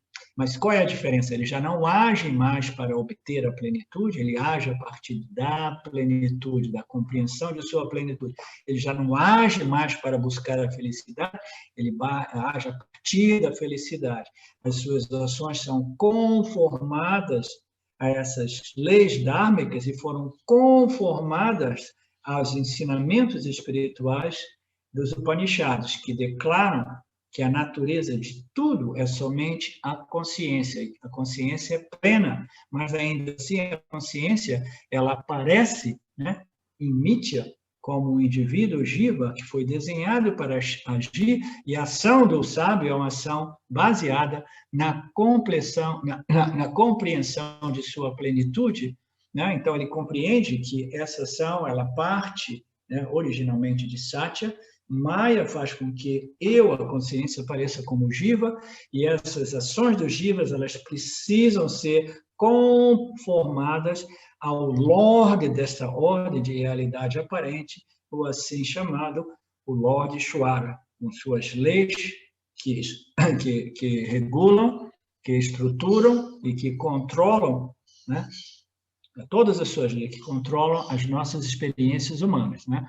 Então, ele vai agir dessa plataforma que é completamente diferente da plataforma a partir do qual os ignorantes agem, ok? Mas, ainda assim, ambos agem do mesmo modo que ambos precisam comer na hora do almoço. Ok. Então, nós compreendemos a natureza da ação vinda do sábio e a natureza da ação originada pelo o auto-ignorante, né? O auto-ignorante, ele age para obter a felicidade, sem saber que nenhuma ação irá produzir a felicidade, né? Porque a felicidade é a sua real natureza, mas a menos que ele compreenda este fato, né? Absolutamente, solidamente, claramente, e o retenha, ele jamais irá realmente desfrutar da sua real natureza, né? como plenitude. Ambos são consciência, o sábio e o ignorante, mas apenas o sábio sabe o que significa ser a consciência, né? Muitas pessoas no mundo espiritual sabem que são a consciência. Esse é um outro ponto interessante. Existem muitas pessoas, eu acho que a colocação do Betânia era mais ou menos nessa linha, né? Muitas pessoas sabem que eu sou a consciência, mas muitas dessas pessoas não compreendem realmente o significado implícito desta compreensão. Eu sou a consciência, né? Somente o sábio sabe o que significa ser a consciência. O que é que significa ser a consciência, Estela, por favor? Nós somos a consciência, nós temos que assumir essa consciência e viver de acordo, assumindo que nós somos a luz original, e nós não somos a luz refletida como a lua, nós somos o sol. Sim. Então, o que significa saber realmente, né, o significado implícito deste conhecimento, né? Eu sou a consciência. Qual é o significado implícito que muitas pessoas no mundo espiritual não assimilam, não compreendem, entendeu? E não reivindicam, né? O que é esse significado implícito, Luciano?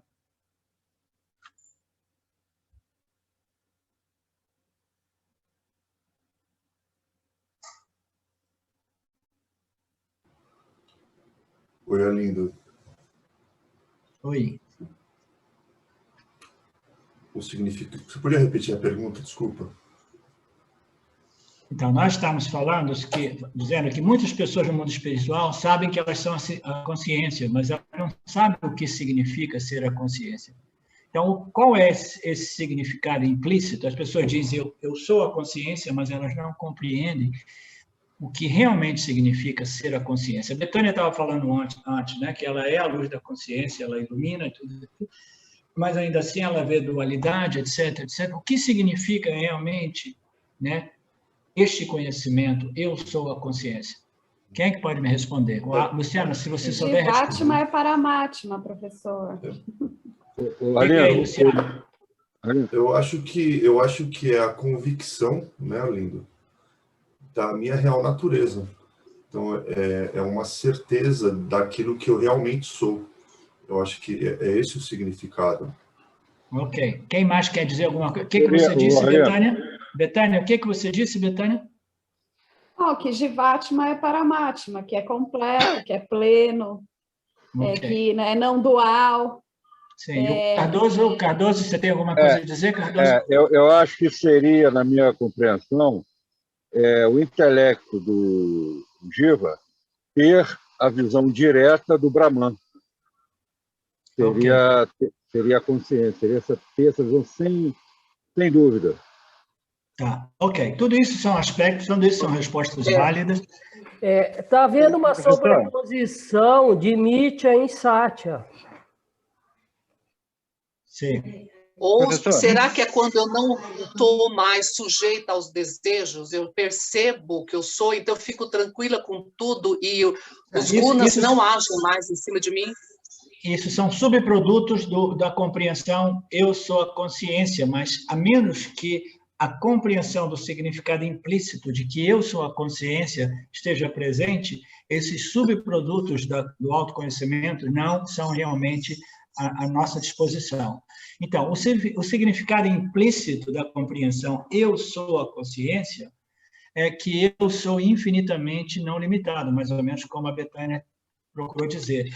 É a compreensão de que eu sou a consciência, é um conhecimento importantíssimo, mas ele vai me libertar somente na medida que eu compreendo que, como consciência, eu sou livre de qualquer limitação, eu sou livre de qualquer desejo, eu sou livre de qualquer experiência, sou livre de qualquer aversão.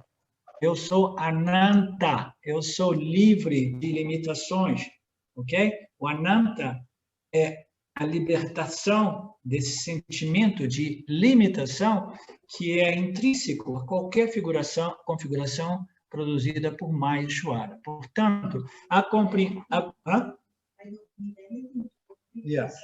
don't need anything to complete myself, Silvia está dizendo aqui, entendeu? Então, essa é a compreensão, é aquele aspecto do autoconhecimento que muitas vezes falta entre as pessoas que já sabem que eu sou a consciência, entendeu? E eu estou dizendo isso por experiência direta. Quando o autorreconhecimento ocorreu para mim, era claro para mim que eu sou a consciência, eu não sou a mente, não sou o intelecto, não sou o corpo.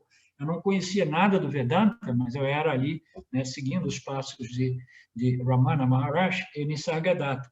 Então, eu identifiquei, eu realizei, né, que eu sou a consciência e disse assim, ok, eu sou a consciência. Mas, ainda assim, eu não tinha ainda assimilado devidamente, claramente, o fato de que, como consciência, eu não precisava de mais nada, entendeu? Eu tive uma conversa com uma pessoa muito incrível ontem, entendeu? Que sabe que ele é a consciência, sabe que ela é a consciência, mas, ainda assim, não compreendeu claramente o significado implícito de ser a consciência. Significa que você não precisa de mais nada, você é já completo, você é purna, você é infinitamente não limitado, porque se você assume, reivindica a sua identidade como consciência, você não é sujeito a nenhuma das limitações inerentes, né, das gunas, né, das configurações através das gunas, né? Então você é livre das qualidades, você é livre das propriedades, dos atributos, dos talentos, das modificações, das experiências, das ações, você é livre de tudo, você é a luz do iluminador, Você não se modifica, você é infinitamente não limitado, porque a sua natureza é a natureza de todas as outras consciências refletidas em todos os seres vivos. É uma consciência não dual, é uma existência não dual. Portanto, não existe nada outro que eu, nada além de mim mesmo. Portanto, eu sou purna, não existe limite, não existe fronteiras, existe somente eu, a consciência. Então, a compreensão que liberta é que eu sou a consciência cuja natureza é purna, infinitamente não limitada, porque eu sou a única realidade, a consciência, né? Então, esse é aquele aspecto que muitas pessoas no mundo espiritual têm um pouco mais de dificuldade e levam um pouco mais tempo para realmente assimilar. Elas não sabem realmente o que significa ser a consciência. Significa ser pleno, completo, satisfeito e infinitamente não limitado. Não existe nada que possa ser acrescentado ou subtraído. Então, é isso que esse terceiro aspecto do autoconhecimento é que é o mais libertador de todos, entendeu? É a cerejinha na torta, como é que se diz? The cherry on the cake, como se diz? No bolo. A cereja do bolo, entendeu? Você quer o bolo completo, mas você quer também curtir uma cereja no bolo, né? Então, você precisa compreender esse aspecto da sua natureza. Betânia, você tinha levantado uma mão antes, você tem alguma questão? Ou que eu não ouvi? Eu ia falar sobre outra coisa, mas agora já me surgiu mais uma pergunta. Então, tá. Então, deixa eu só terminar isso e eu passo para você o microfone. Consequentemente, elas ainda são incomodadas pelo samsara. Então, o indivíduo que sabe que é a consciência, mas ainda assim experimenta uma perturbação e um incômodo, né, com as experiências não forem realmente, né, em harmonia com meus gostos e desgostos, eu me sinto perturbado, agitado, né, etc. Então, as pessoas que sabem que são a consciência é porque elas não assimilaram ainda que eu não me modifico com as experiências, sejam elas favoráveis ou desfavoráveis. E esse terceiro aspecto do autoconhecimento é aquele que leva um pouco mais tempo de ser assimilado e reivindicado. Por quê? Porque é muito intuitivo o fato de que nós somos a existência. Por quê? Porque eu existo e eu experimento a minha existência em cada momento. É muito fácil compreender o outro aspecto, chit, sat, chit, que eu sou a consciência porque eu experiencio a consciência, eu sou consciente dos outros objetos ao meu redor. Então, todos nós temos mais facilidade de compreendermos e aceitarmos e reivindicarmos a nossa natureza como sat, chit, a consciência, a existência e a consciência, mas esse terceiro aspecto da nossa natureza, que é Ananta, Satchitananta, leva um pouco mais tempo, porque é muito contraintuitivo. Porque quando nós trazemos isso para o plano da nossa experiência humana, a gente vai dizer, não, isso é contraintuitivo, porque eu experiencio a limitação, e eu não experiencio a ilimitação. Até que eu compreenda claramente que a experiência de limitação é inerente ao jiva em sua constituição limitada. Mas o jiva não é realmente o jiva é o Atma, é o ser. Né? Na medida que ele compreende, eu sou a consciência, ele tem que se identificar com o Atma do jiva, e somente então ele vai assumir e reivindicar a sua natureza como purna, como ananta, como ilimitação. Ok? Então, consequentemente, elas ainda são incomodadas pelo samsara. Samsara não se trata de ações no mundo material. Samsara é uma condição psicológica negativa provocada pela ignorância universal imposta por Maya. Os objetos parecem desejáveis, blá, blá, blá, blá, blá. Ok, vamos mudar para o próximo verso, mas a Betânia tem algumas questões. Por favor, Betânia. Vou começar pela nova que surgiu, depois eu volto para outra. Professor, então, assim, eu poderia dizer, como você está dizendo, né? Brilha esse aspecto do que eu sou a consciência, eu sou a existência, isso até é experienciado pelo jiva, né? É perceptível isso.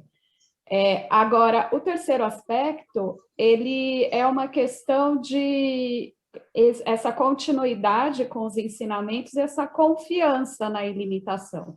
Porque o que eu estou entendendo, compreendendo, é que esse terceiro aspecto, realmente, ele é só uma compreensão cognitiva. Não é possível experienciar como a gente experiencia ser a luz imutável, a luz que está sempre presente, a luz que ilumina tudo. Eu poderia dizer isso? Sim, mas mais do que isso, Betânia, assim, é muito fácil para a gente, né, experienciar e testemunhar o fato que a gente é existente, que a gente é consciente, e esse Ananta, ele é mais difícil, por quê?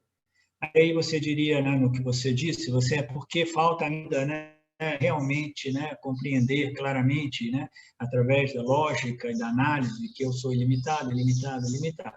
Não, essa compreensão, ela vem num pacote único com uma transferência, ou shift de identidade. Então, veja bem, a pessoa que ainda sabe que eu sou a consciência, eu sou que eu sou a existência, mas ainda assim se sente limitada ou afetada pelas experiências, entendeu?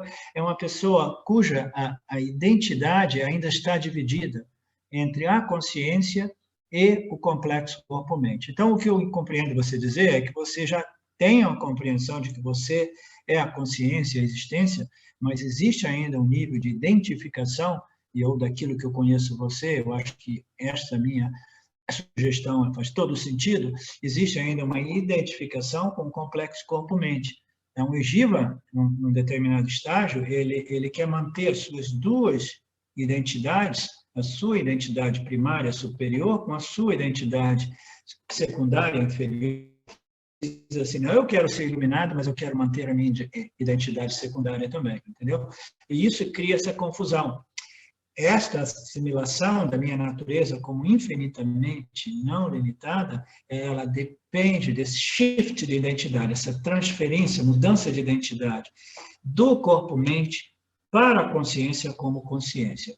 E essa identidade vai fazer com que o Jiva já não fique mais oscilando entre essas duas identidades, a identidade primária e a secundária. Ele sabe que eu sou fundamentalmente somente a minha identidade primária, porque esta é a única realidade, a outra é uma identidade transacional, de modo que eu possa continuar interagindo e esgotando os meus parábolas karmas em Mithya, ok?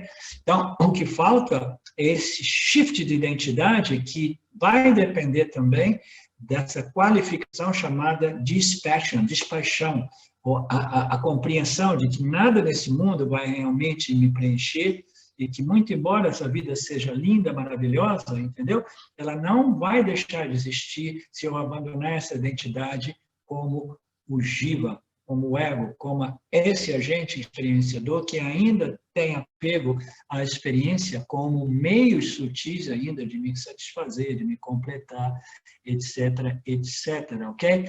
Então, é um shift de identidade que depende de uma compreensão sempre mais clara, e essa compreensão mais clara vai conduzir esse shift, e uma vez que esse shift ocorra, somente então o indivíduo pode realmente compreender, não, eu sou ilimitado e sou livre de confusão, porque agora a minha identidade está totalmente estabelecida na consciência como consciência, a minha real identidade. Você entende, Betânia? Entendi, professor, perfeito. Quer manter as duas identidades, é isso mesmo. E a segunda questão, Betânia? Não, acho que está bom, professor. Ok. Professor, posso fazer uma pergunta? Até duas. Quem é que está falando? É o Carlos Seabra, tudo bem? Ok, Carlos, tudo bem. Uma pergunta para você. Eu pensei que fosse o Alexandre. Eu pensei que fosse o Alexandre. Sim, sim. Quando a gente tem essa percepção da consciência, me parece muito interessante que muitas vezes eu consigo perceber que todo o resto surge nesta consciência. Então, quando eu percebo que tudo o resto só surge nessa consciência, surge e desaparece, mas a consciência está sempre lá, e parece que isso me ajuda muito a essa convicção de que a consciência é a única verdade.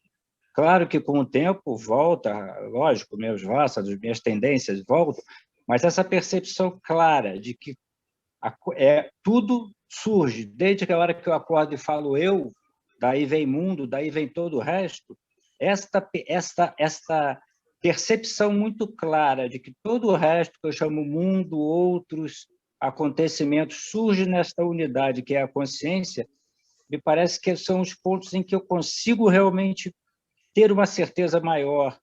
É esse mesmo um pouco o caminho? Eu estou certo ou isso é apenas mais uma das ilusões? Não, é por aí mesmo, Carlos. Você tem que estabelecer, né, a sua identidade como consciência. Isso só é possível na medida que você vai discriminando a consciência, até mesmo dos pensamentos que ocorrem dentro dela. Você sabe que os pensamentos são objetos sutis, as emoções são objetos sutis, os sentimentos, as memórias, né? Tudo isso são objetos que ocorrem dentro de você. Então, essa discriminação extremamente sutil, até que o intelecto, que é o agente discriminador, ele precisa discriminar a si mesmo. Essa é a parte mais sutil, é quando este reflexo, que fundamentalmente é o Jiva Atma, ele rejeita até mesmo o intelecto que está fazendo essa discriminação. Ele sabe, eu não sou nem mesmo esse intelecto, entendeu? Eu não sou esse reflexo maravilhoso, eu não sou essa faculdade intelectual, eu sou a luz que brilha nesse intelecto, que estimula essas discriminações intelectuais, que serve somente o propósito de estabelecer a minha identidade na consciência como consciência. É por aí mesmo, Carlos.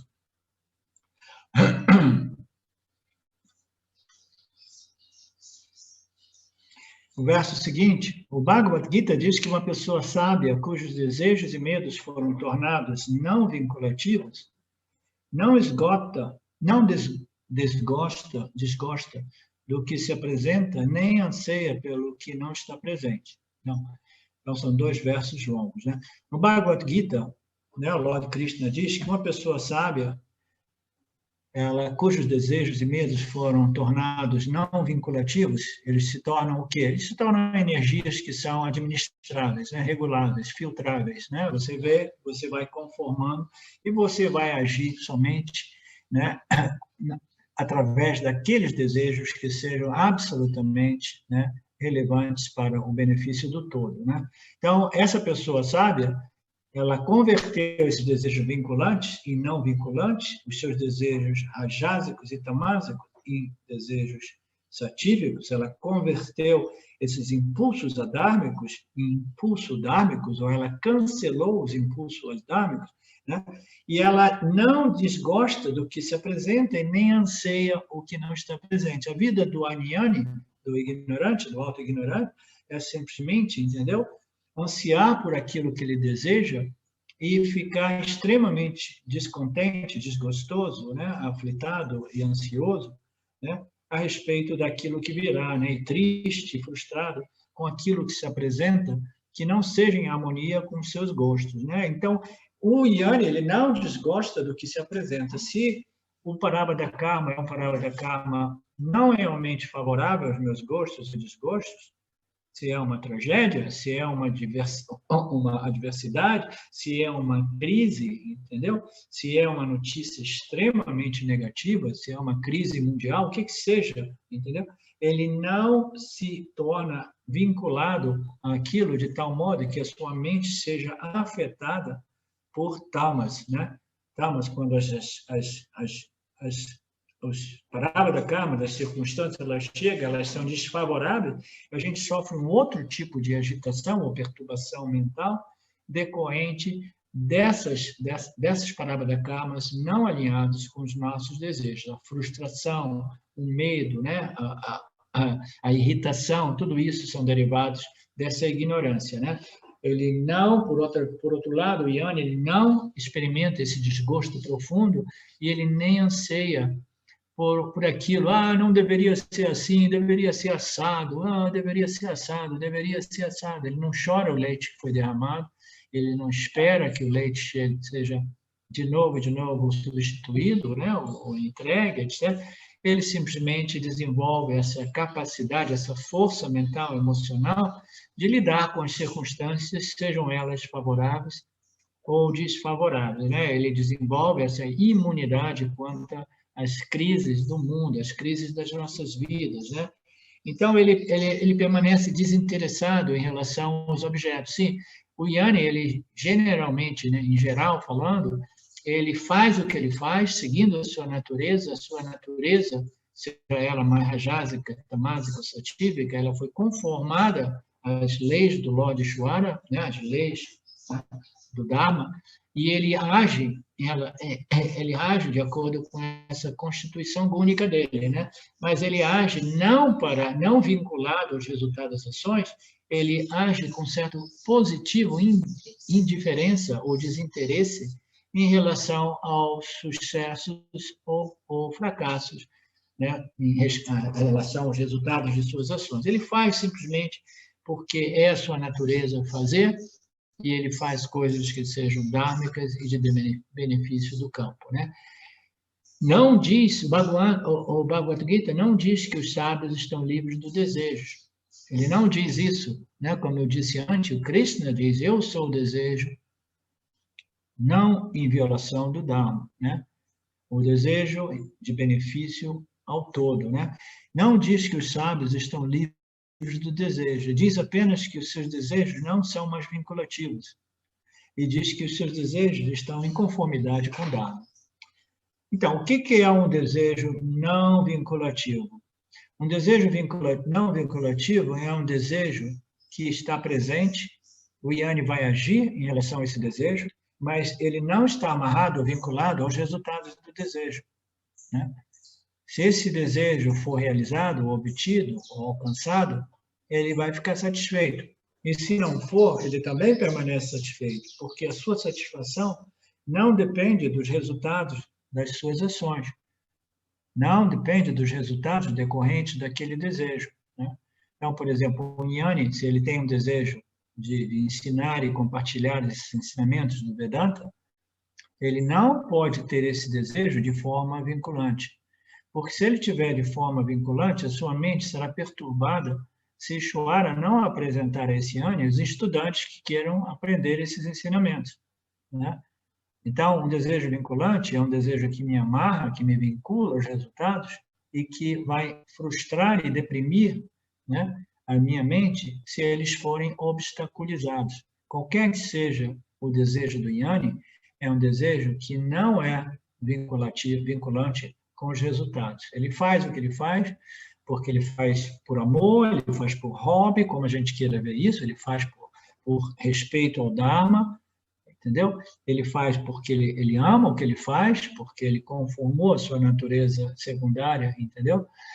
Com o Dharma, é por isso ele em harmonia, ele se sente bem com o que ele faz, porque ele não está fazendo nada que faça o mal, que danifique ainda mais outros seres e o meio ambiente. Então, ele permanece positivamente desinteressado, né? E eles simplesmente, esses desejos não são vinculantes. Eles não dependem dos resultados, ele faz o que ele faz a partir dessa satisfação de fazer o que é a sua natureza fazer. Mas não é vinculante no sentido de que ele não depende dos resultados.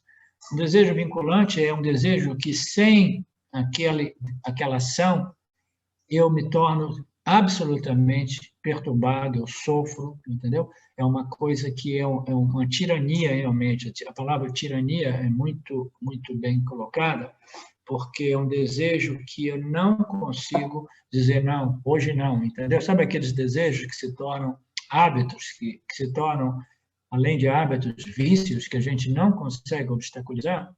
Então, esses são desejos vinculantes, né? Ou vinculativos. O Jnani, mesmo que seja um desejo vinculativo, a gente vê isso no mundo espiritual. Tem pessoas no mundo espiritual que possuem desejos aparentemente bons, mas são vinculativos, entendeu? Se esse desejo for vinculativo, ele escraviza a mente do indivíduo, porque o indivíduo diz assim, eu tenho esse desejo, é um desejo dármico, serve o benefício do todo, mas a menos que eu realize esse desejo, né, eu me sinto infeliz, me sinto inadequado, me sinto frustrado, me sinto perturbado, etc, etc. Então, é um desejo que me escraviza e eu não consigo aceitar o fato de que, não, esse desejo, né, não pode ser preenchido porque não é o momento, porque não é o meu Dharma, não é isso e aquilo. A gente vê muitas pessoas no mundo espiritual com desejos aparentemente positivos, mas cujas motivações são absolutamente ignorantes, são são motivações, né, fundadas na crença de que se eu fizer isso, isso e aquilo, eu vou obter a validação, o amor, o prestígio, a admiração das pessoas no mundo espiritual. Que agora eu sou uma pessoa do bem, eu sou uma pessoa, um agente de Deus, eu estou fazendo o Dharma dos outros, eu estou salvando as pessoas, eu estou fazendo caridade, eu estou, né, fazendo todas essas coisas. Então, se for vinculativo, mesmo um desejo que seja de respeito ao Dharma, de estabelecimento da justiça, tudo isso, se for vinculativo, ele deve ser evitado para o buscador de moksha, o buscador do autoconhecimento, ok? Não para os outros. Os outros, eles podem ter desejos vinculativos, e melhor que esses desejos vinculantes sejam desejos dármicos, ok? Mas quando nós nos tornamos buscador de libertação, do autoconhecimento, então nós temos que evitar até mesmo os desejos vinculantes dármicos, ok? Porque a libertação é a libertação de todo e qualquer vassana, de todo e qualquer desejo, tá? Então, no Gita, Lord Krishna não diz que os sábios estão livres do desejo, apenas diz que os seus desejos não são mais vinculativos e eles estão em conformidade com o Dharma.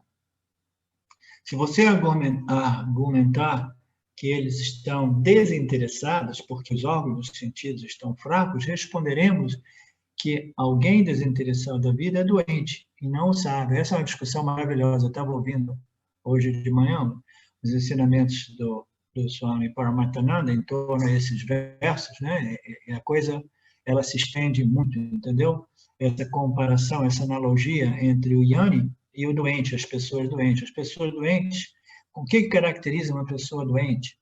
Uma pessoa doente, ela não consegue bem pensar e agir, porque ela está doente. Ela está doente e quando o corpo está doente, a mente está doente, o corpo se torna mais tamásico e a mente se torna mais tamásica. Então, uma pessoa doente é uma pessoa dominada pelo tamas. E o tamas é importante no processo de cura, de restabelecimento do equilíbrio físico-energético do corpo, entendeu? Então, é uma pessoa tamásica. Então, se você argumentar dizendo que esses yanis, eles não têm interesse nos objetos, eles não são vinculados aos desejos, entendeu? Eles são positivamente indiferentes às ações e seus resultados.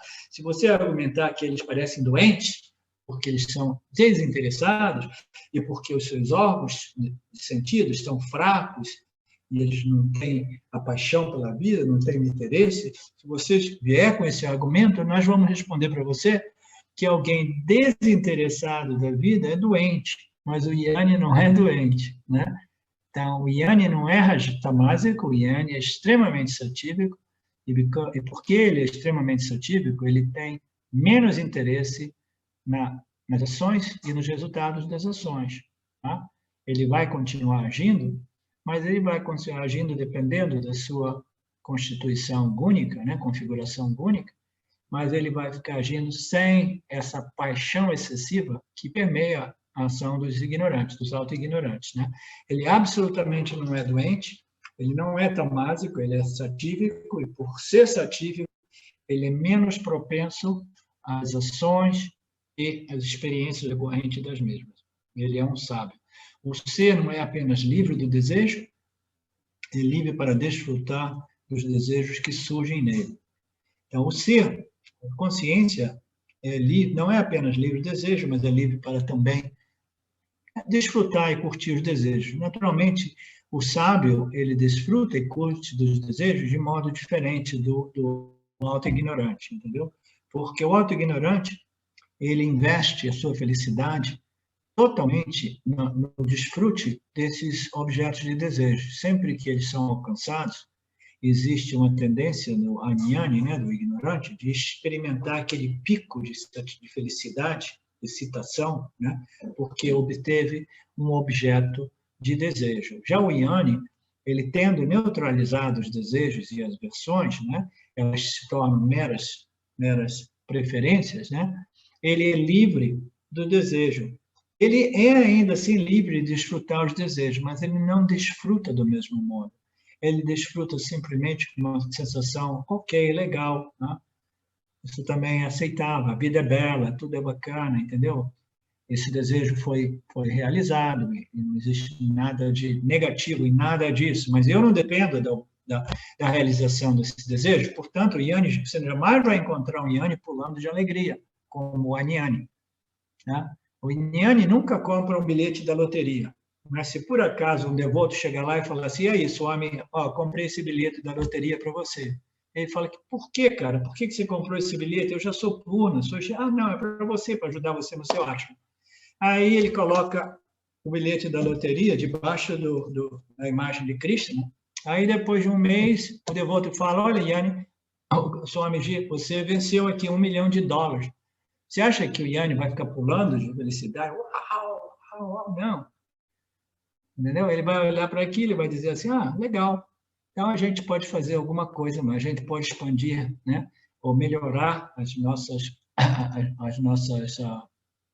acomodações no ashram, o máximo que ele diria. Entendeu? Que legal. Ou a gente pode ajudar mais pessoas, a gente pode fazer algumas caridades, mas ele jamais vai pular de alegria como o Aniani. Por quê? O Aniani, ele vive fundamentalmente na desalegria, no descontentamento. Quando surge um acontecimento positivo, ele simplesmente vai de um extremo ao outro. Mas o Yanni, ele já está experimentando esse contentamento, essa alegria que é inerente ao autoconhecimento, e tem pouco que possa ser adicionado a essa alegria, a esse ananda natural, e tem pouco que possa ser subtraído, né, desse ananda natural. Então, ele é livre do desejo, ele é livre de satisfazer alguns desejos, ele satisfaz esse desejo de modo completamente diferente, na medida em que é capaz de agir, seja se abstinendo, ele sabe muito bem que nada do que acontecerá irá mudar a sua natureza pura, mas tal qual a inação, sim, a inação. Mas tal fato significação, sim e não. Então, sim e não é uma resposta muito bacana, que ocorre muito frequentemente, né, nos círculos vedânticos. Né? Sim e não. Né? O Yanni, ele se torna naturalmente menos propenso à ação, mas ainda assim ele vai agir de acordo com o seu Swadharma, de acordo com a sua natureza. Mas ele já não a sua ação já não é mais compulsiva, e já ela não é permeada pela noção de que eu preciso fazer isso para me completar, para me satisfazer, né? Para me tornar mais, melhor ou diferente. Né? Então, não existe mais essa necessidade, essa noção de me tornar, de crescer, de mais, melhor, etc. Né? Becoming. Né? O Gita diz, tem uma passagem no Gita, Bhagavad Gita, que diz que quem vê a ação na inação e a inação na ação é o sábio, né? Vocês já passaram por esses ensinamentos, você conhece. Aquele que vê a inação na ação e a ação na inação é um sábio, né? Mesmo na inação existe ação e em cada ação existe a inação. A inação pertence a Satya e a ação pertence a Mitya, a Maya, aos gunas, ok? Em ambos os casos, a ação ocorre. Até mesmo se o Jiva disser, eu não ajo mais, eu vou me sentar nesse ashram aqui, vou ficar em silêncio, no máximo eu vou sorrir, existe a inação, mas por trás daquela inação existem muitas ações. Existem ações mentais, egóicas, noções, existem ações a nível prânico, né? As energias, as nossas funções, as funções fisiológicas do sage, né? Do guru lá, dizendo que eu não vou mais agir. Né? Então, existem ações na inação, e por trás de todas as ações existe a nossa natureza, a carta, a consciência que não faz nada. Né? Então, esse é o sábio, portanto, ele não tem nenhum conflito com a ação e inação. Ele responde, entendeu o que interessa ver? Não, ele responde, então, você não está fazendo algo quando pensa que está. Você não está evitando a ação quando não está fazendo nada. Vista de um outro ângulo, a libertação é simplesmente uma questão de entender a relação. Essa passagem é bonita. Visto de um outro ângulo, a libertação, né, moksha, o autoconhecimento, né, e a libertação decorrente desse autoconhecimento, é simplesmente uma questão de se compreender a relação entre ação, inação e aquilo que é a carta, que é a total liberdade da ação. Né? Aparentemente, a gente pode ver que existe ação, existe inação, mas por trás da ação e inação existe a consciência que é livre da ação. Ela jamais age, ela é a carta. Compreender o relacionamento entre ação e inação e a consciência, que é a carta, é a chave para o autoconhecimento e a libertação, ok? Porque a gente não pode imaginar que nenhuma ou alguma ação possa realmente resolver essa problemática nossa. Portanto, é inútil a gente ficar preso a mais e mais ações, tentando buscar a plenitude através das mesmas, e é inútil a gente ficar imaginando que eu tenho que cortar, neutralizar todas as ações de modo a encontrar a minha plenitude, né? Porque aquilo que nós somos é a inação, e através da compreensão da nossa natureza carta, a gente pode compreender a nossa natureza purna. Quando a gente compreende a nossa natureza purna, a ação e a inação são vistas de um modo muito diferente. Ambas pertencendo a Ishvara, Maheshvara, a ignorância cósmica universal. Ok? São 12h15, então a gente termina por aqui. Vamos almoçar, hoje é domingo. Foi um prazer enorme rever vocês hoje. E a gente se reencontra na semana que vem, no sábado, né? No mesmo canal, né? No mesmo texto. Panchadasi. Om Purnamada Purnamidam Purnamudachyate Purnasya Purnamadaya Purnamevavashishyate. Om Shanti Shanti Shanti. Purnasya Purnamadaya Purnamevavashishyate. Om Shanti Shanti Shanti. Thank you, Lord. Obrigado a todos vocês.